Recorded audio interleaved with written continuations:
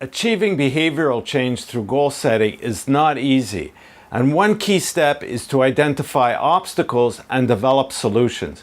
I'll guide you through that in this video.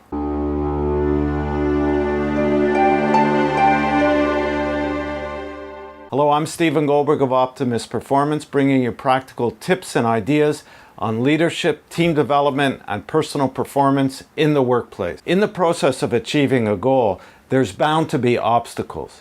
It's kind of like mountain climbing.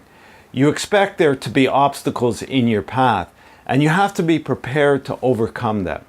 In the last video, I covered identifying the tendency or behavior you want to change and writing a goal setting statement along with outcome measures in order to achieve that goal.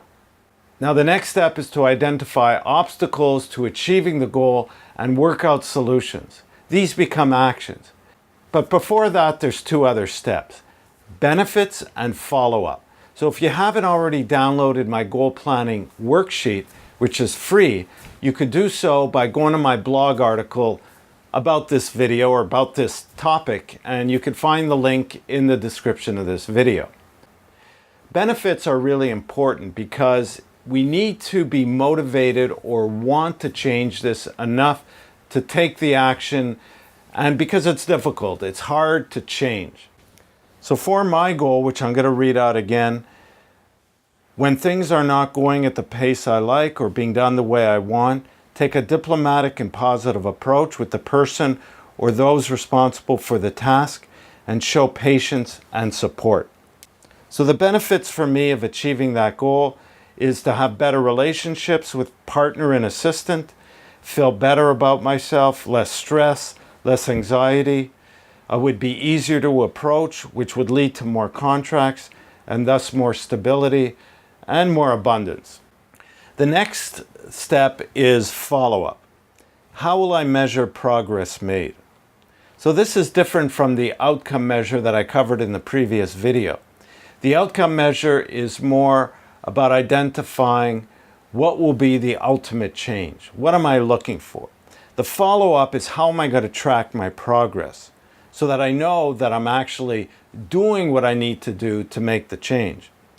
And my follow-up measure is I will track daily in OneNote the number of times a day I needed to be patient and diplomatic and evaluate how I did. I will also seek the feedback from my partner and assistant. The next category is roadblock and challenges. I also call them obstacles to achieving the goal. And the first one is habits, which is the hardest one to deal with. The other one is stress and attitude.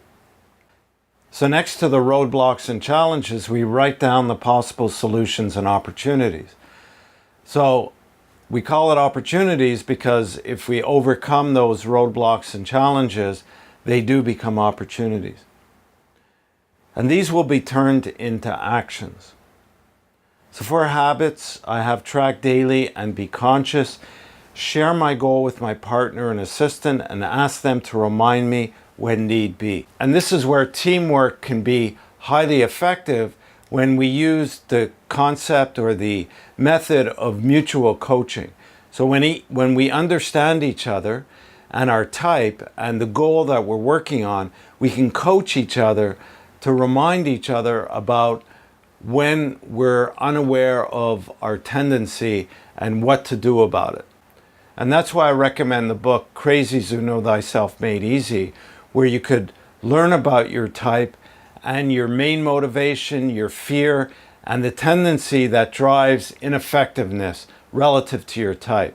And you can use that in this goal setting process. In fact, the goal setting sheet that I'm making available is specific to that types of people approach and was customized for that purpose. And so now that we've identified solutions, we need to start taking action on a daily basis, because this is what will create a new habit.